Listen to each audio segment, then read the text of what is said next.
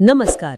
आज आपण सुधा मूर्ती यांच्या परीघ या कादंबरीबद्दल बोलूया. म्हणजे त्यातल्या काही निवडक भागांवर जरा सखोल चर्चा करू. उमा कुलकर्णी यांनी याचा अनुवाद केलाय. हो, नक्कीच. आपल्याकडे यातले काही महत्त्वाचे अंश आहेत आणि त्यातून मृदुला आणि संजय यांचं जे नातं आहे हो, त्याचा गुंतागुंतीचा पट उलगडण्याचा प्रयत्न करूया. बरोबर. कारण ही कथा फक्त एका जोडप्याची नाहीये, तर ती बदलते सामाजिक संदर्भ, मूल्य आणि जी सत्य लपवली जातात अगदी. त्याचा नात्यांवर होणारा परिणाम आणि विशेषतः मृदुलाचा जो भावनिक प्रवास आहे तो खूप महत्वाचा आहे यात. तर मग सुरुवात त्यांच्या ओळखीपासूनच करूया. हो मृदुला आनंद हळ्ळी नावाच्या खेड्यातली मुलगी. हो, भीमण्णा आणि रुक्माबाईंची मुलगी.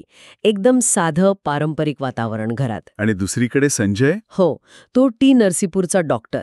हो, संजय थोडासा काय म्हणतात त्याला इंट्रोवर्ट, म्हणजे अंतर्मुखी, आणि लहानपणी एक अपघात झालेला असतो त्यामुळे हाताला थोडंसं व्यंग आहे. अच्छा. त्याची आई रत्नम्मा खूप व्यवहारदक्ष आणि काटकसरी स्वभावाची. म्हणजे अगदी वेगळ्या पार्श्वभूमीचे दोघं. हो ना. त्यांची भेटही अगदी अनपेक्षितपणे होते एका प्रवासात. तो रबर बँडचा किस्सा आहेच त्यात. हां. आणि मग संजय थेट पत्र लिहून लग्नाची मागणी घालतो. हो, पण हे नातं लग्नानंतर कसं बदलतं? सुरुवातीला असेल कदाचित जुळवून घेण्याचा प्रयत्न. असतो ना सुरुवातीला, पण मग हळूहळू कळायला लागतं की दोघांचे स्वभाव, त्यांची मूल्य किती वेगळी आहेत. विशेषतः संजयमध्ये बदल होतो. म्हणजे डॉक्टर म्हणून तो यशस्वी होतो आणि मग काय होतं? मग थोडासा पैशाचा हव्यास वाढतो. तो गुप्तपणे आर्थिक व्यवहार करायला लागतो. म्हणजे ज्याला आपण काळा पैसा म्हणतो तसे काहीसे. अरे बापरे. एवढंच नाही तर त्याची बहीण आहे लक्ष्मी, तिला तो घरच्यांपासून लपून पैसे देतो. अच्छा, म्हणजे एकीकडे हे व्यावसायिक यश मिळतंय आणि दुसरीकडे नात्यात अशी गुप्तता वाढतीये. आणि याचा मृदुलावर काय परिणाम होत असेल? खूप मोठा परिणाम होतो. मृदुला शहरात येते खरी, पण ती एकटी पडायला लागते. संजय तिच्यापासून दुरावतोय, संवाद कमी होतोय हे तिला जाणवतं.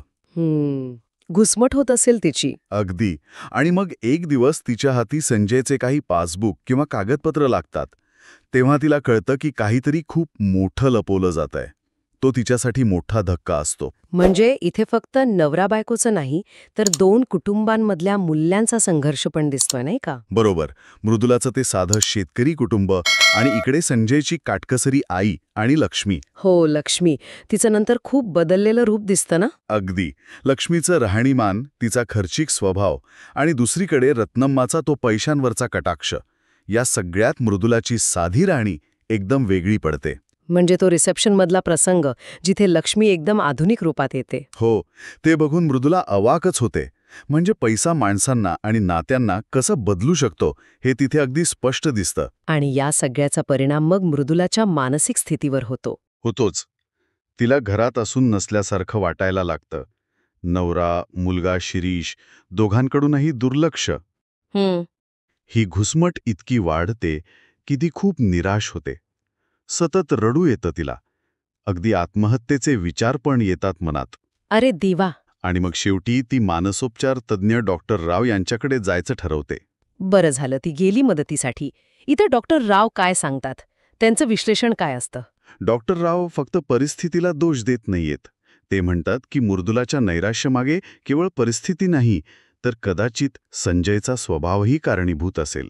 संजयचा स्वभाव म्हणजे काय नक्की? म्हणजे त्याचा अहंकार किंवा हाताच्या व्यंगामुळे आलेला न्यूनगंड असेल कदाचित. आणि लोकांना कंट्रोलमध्ये ठेवण्याची वृत्ती. शिवाय त्यांच्या नात्यात संवादच नाहीये. बरोबर, संवादहीनता हे मोठं कारण असू शकतं. हो. आणि डॉक्टर राव हे पण सांगतात की केवळ पैसा मिळवल्यानं नात्यात सुख किंवा समाधान येत नाही. उलट ही जी गुप्तता आहे ना, ती नात्याला आतून पोखरते. खरी मग आपण येतो त्या शेवटच्या टप्प्याकडे. लग्नाचा रौप्य महोत्सवी कार्यक्रम. सगळी तयारी सुरू आहे आणि त्याच वेळी मृदुला एक टोकाचा निर्णय घेते. काय होतं तेव्हा? लक्ष्मी तिला एक साडी आणून देते आणि काहीतरी सूचना करते. आणि ते जणू शेवटचा बिंदू ठरतो तिच्यासाठी. अच्छा. ती ठरवते की आता बस, हे ओझं नाही सहन करायचं, आणि ती घरातून निघून जाते. हो. संजयसाठी हा खूप मोठा धक्का असतो. त्याला काही कळतच नाही. आणि शेवटचा प्रसंग खूप मार्मिक आहे. तो तिला बाहेर झोपाळ्यावर शांत बसलेला पाहतो, पण तिच्या आत जे वादळ आहे ते त्याला कुठे कळणार.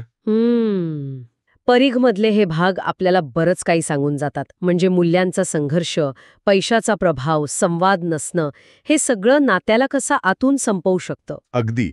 आणि मृदुलाचा स्वतःला शोधण्याचा किंवा त्या असह्य परिस्थितीतून बाहेर पडण्याचा जो निर्णय आहे तो खूप महत्वाचा ठरतो. आणि ही कथा आपल्याला एका विचारावर सोडते. हो, की आपल्या जवळच्या माणसांच्या आत काय चाललेलं असतं, त्यांचे संघर्ष, त्यांच्या तडजोडी, त्यांची खरी मूल्य, हे आपल्याला कितपत माहीत असतं.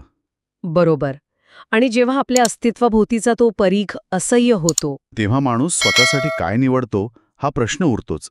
त्यावर विचार करायला हवा.